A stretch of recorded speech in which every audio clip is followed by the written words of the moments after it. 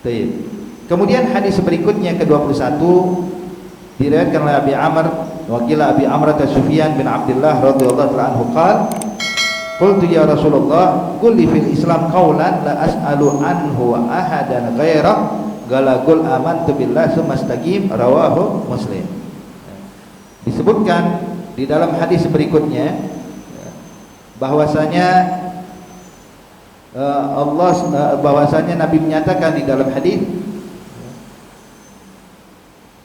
ya Rasul li fil Islam. Jadi sahabat ini bertanya, ya Rasulullah, katakan kepadaku satu amalan di dalam agama Islam atau nasihat di dalam Islam yang aku anut ini yang aku nggak perlu nanya lagi pada orang lain. Artinya aneh nggak bakal bertanya kepada orang lain dan belum pernah bertanya pada orang lain. Jadi ini pertanyaan saya bakal hanya berikan kepada engkau dan tolong berikan jawaban pada saya.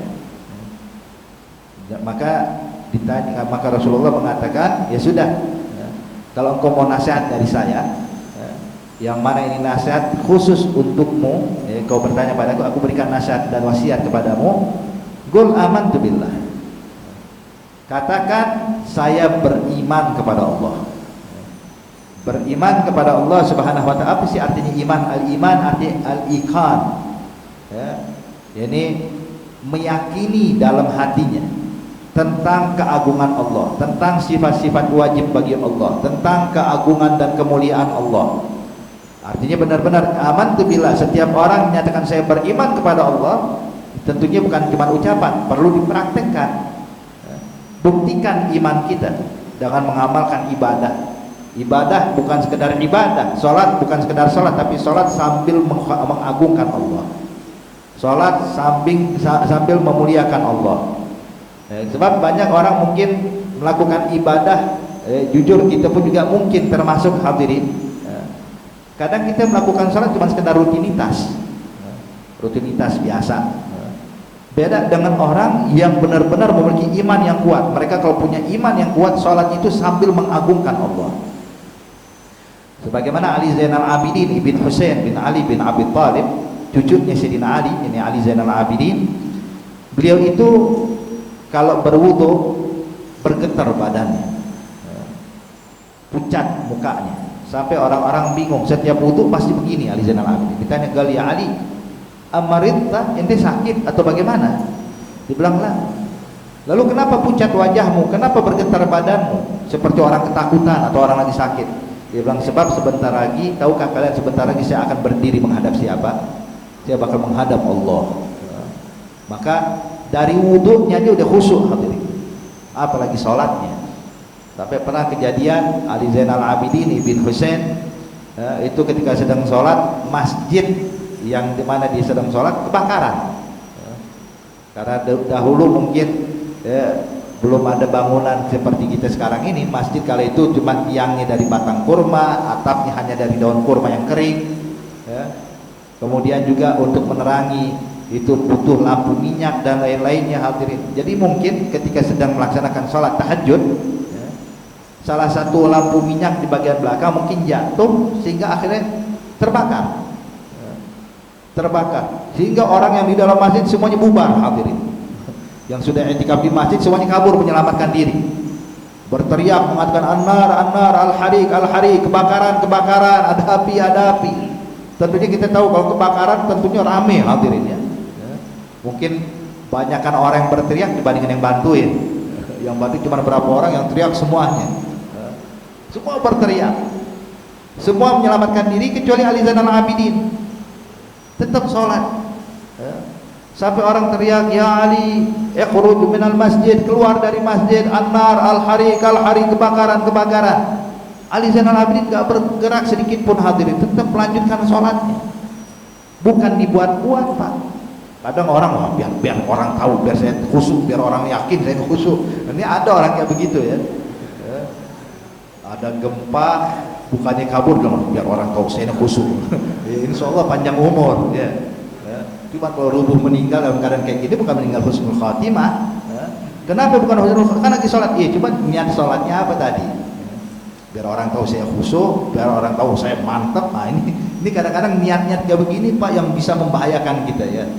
Ya, kalau dia khusyuk benar-benar nggak ngerasa sebagaimana Ali Zainal Abidin, nggak jadi masalah.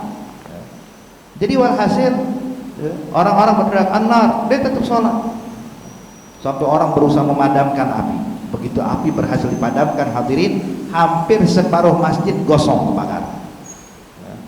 Bagian depan masih aman. Begitu dilihat api berhasil dipadamkan, Ali Zainal Abidin sujud khusyuk bukan main. Sampai orang menyaksikan Ali Zainal Abidin yang lagi sholat disaksikan sama orang-orang kali itu, ditontonin. Pas bangun dari sujud, ya, itu muka dan jenggotnya dibasah dengan air mata. Habis nangis. Begitu salam, lihat orang banyak, lihat keadaan kaget, loh, apa yang terjadi katanya? Dia bilang, Ali, ente nggak dengar? Tadi kebakaran, tadi begini begitu, gelap. Ane nggak dengar sama sekali. Nggak terasa panas. Dibilang enggak, katanya. Saya nggak tahu kalau ada kebakaran. Kata Ali Zainal Abidin. Sebenarnya khusyuk dalam sholatnya. Ada orang-orang seperti ini, orang-orang yang benar-benar khusyuk di dalam sholat, sampai ada di antara disebutkan oleh kisah-kisah para ulama-ulama terdahulu, hadirin, itu rumahnya dia ini banyak anak-anak kecil. Dia ngomel, anak-anak jangan berisik ya, kalau mau berisik boleh, kapan? Waktu saya sholat. Kalau kita sebaliknya ya, kalau saya sholat silahkan berisik, tapi kalau saya lagi nggak sholat jangan berisik. Kenapa? Gangguin saya. Tuh, kalau lagi sholat kenapa? Kalau lagi sholat jangan lupa dengan semuanya, saya ingat dengan Allah. Ini mau teriak sampingannya nggak tahu. Kalau kita sebaliknya, kalau lagi sholat jangan berisik ya, ada kita tuh. Artinya masih jauh banget hadirin ya. Maka di sini lihat kekhusyuan orang-orang seperti itu, ya, luar biasa. Nah, jadi amantu billah, pengertian beriman kepada Allah Subhanahu wa taala bukan cuma sekedar ucapan. Bukan cuma sekedar ucapan, tapi adalah benar-benar dipraktekkan dan diamalkan. Ya. Menjalankan semua yang diperintahkan Allah dengan mengagungkan Allah.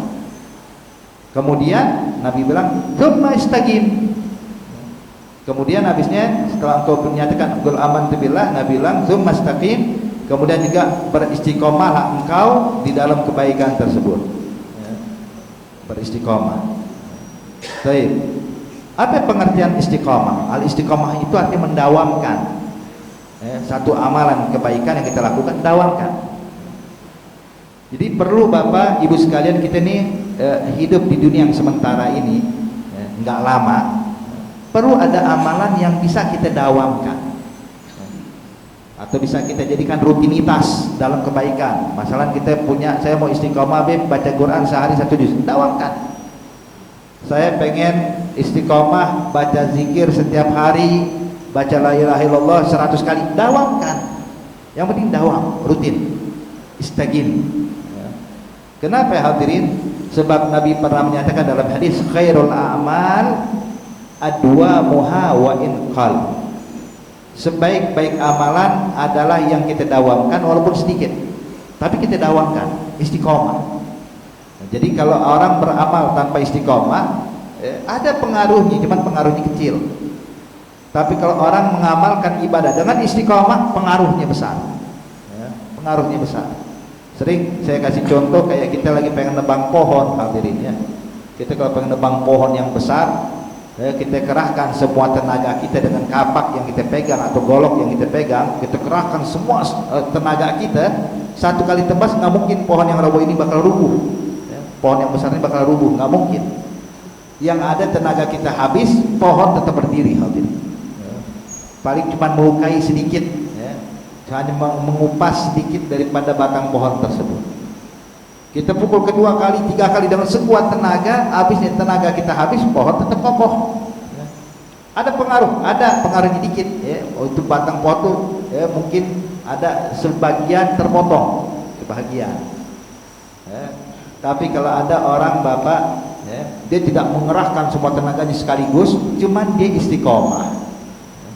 Potong dikit terus, perlahan-perlahan, ya. Walaupun tenaganya tidak sepenuhnya, tapi dengan istiqomah dia, sebesar apapun pohon bakal rubuh. Nah begitu juga amalan kita, ya. Jadi dinyatakan amalan bakal memberikan pengaruh bagi diri kita kalau kita istiqomah. Istiqomah kita ada pengaruhnya. Pengaruhnya besar. Makanya hadirin, pilih. Kita semua coba pilih, ya. Apa yang bisa kita lakukan? Kita sanggup apa? Quran, sanggup berzikir, sanggup baca ini, sanggup melakukan kebaikan ini, lakukan. Saya pilih salat duha sehari 4 rakaat. Kalau dawamkan. Kalau saya salat witir tiap malam 3 atau 5 rakaat, dawamkan. Apa yang bisa kita lakukan? Lakukan, habib. Saya tahajud 2 rakaat, enggak apa-apa, 2 rakaat, dawamkan. Yang penting istiqomah. Bakal ada pengaruhnya, hadirin. Wahakadha. Maka Nabi menyatakan tsumastaqim. Kemudian istiqomahlah, ya, dalam kebaikan-kebaikan tersebut, jangan kita tinggalkan. Orang-orang yang yang memiliki sifat istiqomah juga disebutkan oleh Allah di dalam Al-Qur'an kedudukan mereka. Di dalam surah Al-Fusilat ayat 30, Allah berfirman, innal ladzina qalu rabbunallah tsumma istaqamu tatanazzalu alaihimul malaikah alla takhafu wa la tahzanu wa abshiru bil jannah allati kuntum tu'adun. Allah berfirman, innal ladzina qalu rabbunallah, sesungguhnya orang-orang yang berucap mengatakan dari hatinya, mengatakan rabbunallah, Tuhan kami adalah Allah, rabbunallah, tsumma istaqamu, kemudian bukan cuma meyakini Allah sebagai Tuhannya, dia istiqomah dalam menghambakan diri pada Allah, istiqomah dalam menjalankan taat kepada Allah Subhanahu wa taala. Maka orang-orang seperti ini, kata Allah Subhanahu wa taala, tatanazzalu alaihimul malaikah, maka malaikat akan datang berulang kali menjumpai dia, ya. Para malaikat akan datang menjumpai dia, baik dia sadari ataupun tidak disadari olehnya. Para malaikat bakal datang tiap saat kepada dia sambil mengucapin kabar gembira kepada dia. Alla takhafu wa la tahzanu. Engkau jangan pernah takut dan khawatir akan murka Allah, dan engkau enggak bakal kecewa dan tidak akan bersedih nanti di akhirat. Wa absyir bil jannati allati kuntum tu'adun, ambil kabar engkau bakal dimasukkan ke dalam surganya Allah Subhanahu wa taala. Surga. Bisyarah, kabar gembira datang dari malaikat. Ini Allah gambarkan di dalam Al-Qur'an. Siapa yang mengatakan rabbunallah tsumma istaqam, istiqomah. Nah, maka di sini bukan cuma kita melakukan kebaikan sekali, 2 kali, istiqomah. Makanya saya bilang hadirin, kita ingatkan pada diri saya juga, antum sekalian, coba cari amalan yang kita bisa istiqomah. Sanggup kita istiqomah salat duha 4 rakaat, sanggup, jalankan. Nanti tambahkan, jangan berkurang. Tambah lagi, beb, saya mau istiqomah yang kedua apa? Witir. Lakukan. Ntar saya mau istiqomah satu lagi, baca Quran. Lakukan. Jadi sedikit demi sedikit hadirin kita istiqomah dalam isi salat duha, salat witir, dalam sedekah, dalam baca Quran, dalam zikir, dalam tafakkur, dalam ini segala macam. Insya Allah makin banyak amalan-amalan yang kita bisa istiqomahkan hadirin. Kalau dia kayak begini, khalas. Maka kita bakal tiap hari didatangi malaikat, bukan satu. Allah nggak mengatakan tatanazzalu alaihimul malakah, al malaikah. Malaika itu dalam bahasa Arab Bapak jamak daripada malak. Malak itu satu malaikat. Cuman bahasa Indonesia semua sama ya, malaikat. Tapi dalam bahasa Arab satu malaikat itu malak. Kalau malaika artinya jamak. Malaikat banyak. Jadi tiap hari itu para malaikat datang. Bahkan gak sedikit hadirin orang-orang yang soleh, orang-orang yang taat kepada Allah Subhanahu wa taala, di akhir hayatnya Allah bukakan hijab sehingga mereka bisa melihat tuh malaikat silih berganti turun mengucapkan kalimat alla takhafu wa la tahzanu wa abshiru bil jannati allati kuntum tu'adun. Ada sebagaimana pernah kita dapatkan, ya. Alhamdulillah kita pernah dapatkan hadirin beberapa orang-orang yang kita lihat kesolehannya luar biasa. Pertama di Hadramut ada Al-Habib Tahir Al-Aidarus. Itu anaknya bilang sama kita, walidi, ayahku ini, ketika sehari sebelum dia meninggal, dia baca ini ayat, innal ladzina qalu rabbunallah tsumma istaqamu tatanazzalu alaihimul malaikah alla takhafu wa la tahzanu wa abshiru bil jannati allati kuntum tu'adun. Dibaca Ditanya sama anaknya, Abah, kenapa Abah baca ini? Bilang, saya meyakini apa yang diucapkan Allah. Kenapa? Sebab saat ini saya sedang melihat malaikat semuanya mengucapin kalimat ini. Alla takhafu wa la tahzanu wa abshiru bil jannah. Subhanallah. Yang kedua, hadirin, kita dapatkan di Palu. Ada tokoh al-khairat di Palu sana, Al-Habib Segaf bin Muhammad bin Idrus Al-Jufri. Al-Habib Segaf, ulama besar. Itu kalau daerah Indonesia bagian timur nih, semua mengenal Al-Habib Segaf ini, hadirin. Ulama besar, panutan luar biasa. Itu beliau sebelum wafat tuh yang cerita pada kita menantunya. Menantunya, sebab yang ngurus beliau ini menantunya, ada Habib Ali Al-Jufri. Dia cerita, dia tahu ya Syafiq, dia bilang ini mertua saya ini Habib Segaf itu yang merawat kita tiap hari sampai kita mau keluar rumah dilarang, nanti harus duduk sini nemenin saya. Itu kadang kita pijitin kakinya, kadang kita tengok, kita lihat. Itu ucapan nggak lepas dari ini, mengatakan ya Ali, malaikat barusan ngasih kabar kepada saya, alla takhafu wa la tahzanu wa abshiru bil jannah. Allah. Orang-orang soleh ini dibuka hijab kayak begini, ya Rabb, insyaallah kita termasuk orang-orang tersebut, amin ya rabbal alamin. Maka di sini istiqamah dalam kebaikan, dalam hal yang taat kepada Allah Subhanahu wa taala. Allah juga menyatakan dalam hadis, di dalam ayat Quran Allah menyatakan fastaqim kama umirta. Istaqim, beristiqomah engkau atas apa yang telah diperintahkan kepadamu. Jadi apapun yang perintah Allah, jalankan dengan istiqomah, dengan sukacita, dengan bahagia. Sebab dengan seperti itu kita akan mendapatkan kedudukan yang mulia di sisi Allah Subhanahu wa taala. Maka oleh karena itu hadirin, hadirat yang dimuliakan Allah Subhanahu wa taala, tentunya penting bagi kita, sebagaimana tadi kita sampaikan, penting bagi kita semuanya untuk bisa memiliki satu amalan yang kita istiqamah di dalamnya, bisa istiqamah. Maka pilihlah apa yang bisa kita lakukan, dawamkan. Maka kesimpulannya pelajaran kita di malam hari ini, hadirin, ada dua hal. Bahwa yang pertama, sifat malu adalah bagian daripada iman. Malu yang positif adalah malu yang menghalangi kita dari berbuat maksiat. Malu yang menghalangi kita dari perbuatan haram, itu hendaknya ada terus sama kita, dan itu bagian daripada iman. Bukan malu yang membuat kita malah terjerumus kepada maksiat. Nah, kalau orang sudah tidak punya sifat malu lagi, arti dia bebas melakukan maksiat, maka ambil kabar itu akan menjadi hukuman berat bagi dia. Maka tugas kita, hadirin, hadirat yang dimuliakan Allah, tanamkan sifat malu kepada keluarga kita, khususnya kepada anak-anak kita. Jangan biarkan anak-anak kita, hadirin, tidak memiliki sifat malu, hilang begitu saja. Maka itu adalah tanggung jawab kita. Yang kedua adalah bagaimana kita harus mengamalkan ibadah dengan mengagungkan Allah.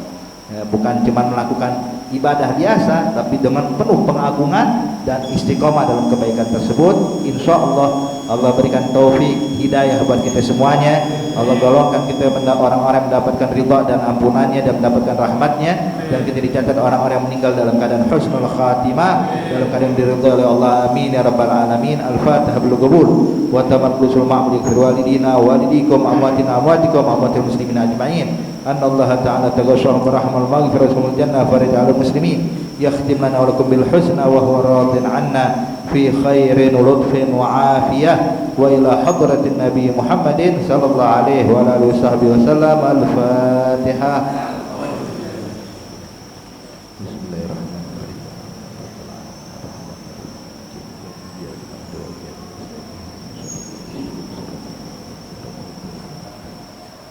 ربنا تقبل منا إنك أنت السميع العليم وتب علينا إنك أنت التواب الرحيم.